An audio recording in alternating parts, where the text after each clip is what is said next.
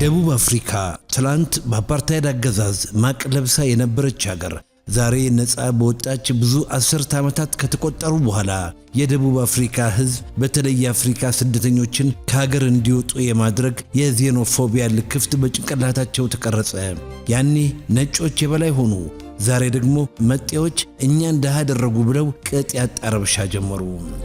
አፍሪካዊ ከአንድ ሀገር ወደ ሌላ አፍሪካ ሀገር ሰርቶ መኖር እንዳይችል ንብረት የማጥፋት ሱቆችን የመዝጋት የመዝረፍና የማቃጠል እርምጃ እየወሰዱ ነው። ከሁሉም በላይ ግን በደቡብ አፍሪካ የሚሰሩ አፍሪካውያንን እያሳደደ የሚገል ኦፕሬሽን ዱዱላ የተሰኘ የጸረ ስደተኛ ቡድንም ፈጥረዋል።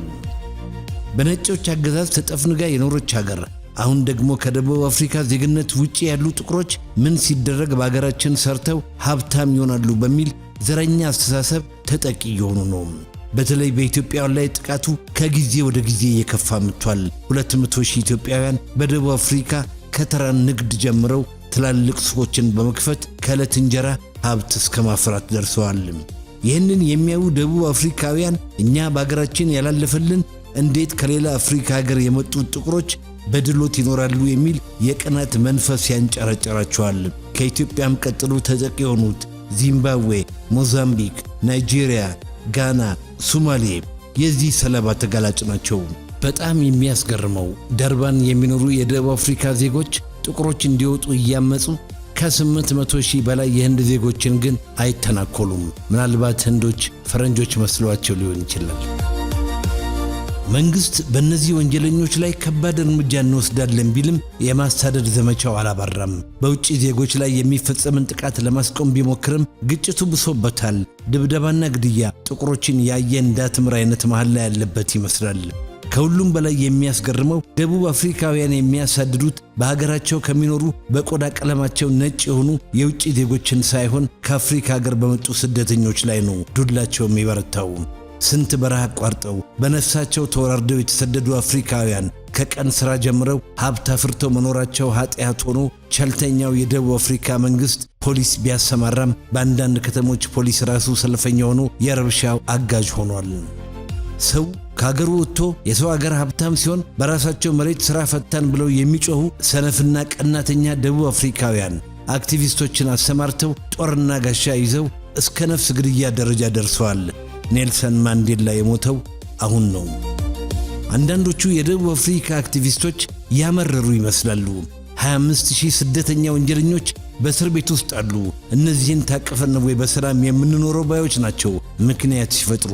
እንደዚህ አይነት ትርክቶች ከገደብ አልፈው በአሁኑ ወቅት በየትምህርት ቤቱ ሳይቀር ገንዘብ ከፍለው በሕጋዊ መንገድ ትምህርት እየተማሩ ያሉ የስደተኛ ልጆችን ሳይቀር ከትምህርት ቤት ማባረር ጀምረዋል።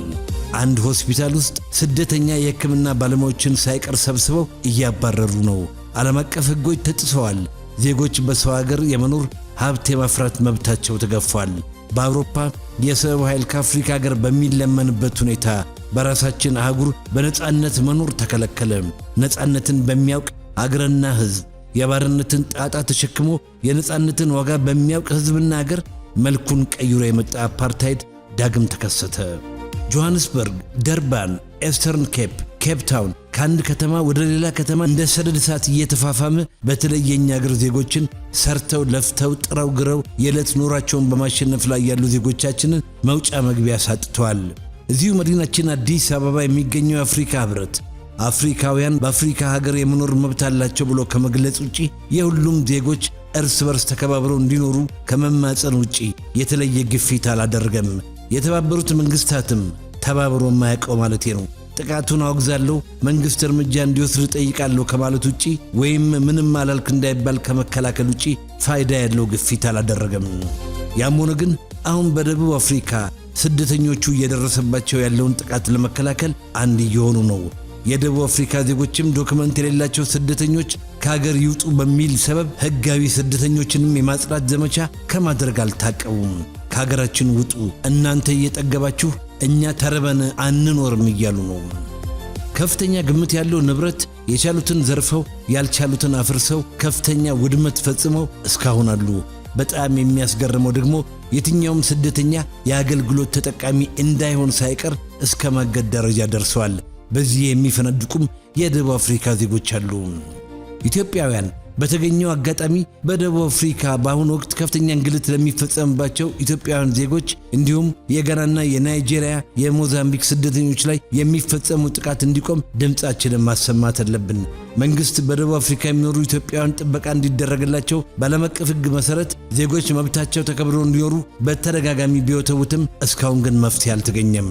ያም ሆኖ ግን ውጥረቱ ተባብሶ ስርዓት ያስከብራል የተባለው ፖሊስ ሳይቀር የሰልፍ አድማቂ ሆኖ በስደተኛ ወገኖቻችን ላይ ጥቃት ከመፈጸም አልታቀቡም።